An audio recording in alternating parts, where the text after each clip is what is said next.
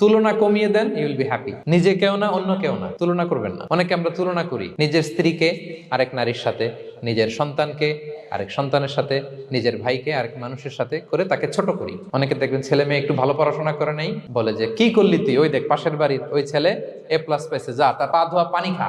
Common কথা, এটার একটা ভালো ব্র্যান্ডিং করা যেতে পারে, মানে A+ পাওয়া ছেলেদের পা ধোয়া পানি এরকম মিনারেল ওয়াটারের বোতলের মতো বিক্রি করলে ভালো ব্যবসা হবে, কি বলেন? এটা হচ্ছে আমাদের মুরব্বীরা, টিপিক্যাল মা বাবারা এটা বলেন, ভুল করেন, ওনারা বুঝেন না। কখনো কম্পেয়ার করবেন না, এটা করে আপনার ছেলের মনোবল আপনি আগেই ভেঙে দিচ্ছেন। আপনি দায়ী আপনার ছেলে কিছু না পারার কারণে। আপনি সাহস দেন নিজে, পাশে থাকেন নিজে।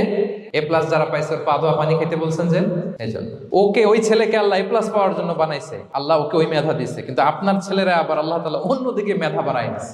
সে ওইটা পারবে, ওইটা ওই A+ ওয়ালা জীবনও পারবে না। আপনার ছেলে যেটা পারবে 10টা A+ হোল্ডার ওটা পারবে না, কারণ প্রত্যেককে আল্লাহ আলাদা আলাদা ফিচার দিয়ে, কোয়ালিটি দিয়ে, ইউনিকনেস দিয়ে পয়দা করেছে। প্রত্যেককে আল্লাহ অনন্য করে বানিয়েছেন। আপনার তুলনা আপনি নিজেই, আপনার তুলনা হয় না, আপনি জানেন না আপনার মধ্যে যে পটেনশিয়াল, যে কারিশমা, এটা আপনি বের করে আনতে পারেন না। ওই যে ওগুলো বলছে পা ধোয়া পানি খা, লেখাপড়া করলি না, কিচ্ছু করলি না, কিন্তু আপনি দেখা যাবে অনেক বড় ব্যবসায়ী হবে, আপনি অনেক বড় দানবীর হবেন, you'll B a great contributor two society. এরকম আছে না? এজন্য কম্পেয়ার করবেন না কারোর সাথে।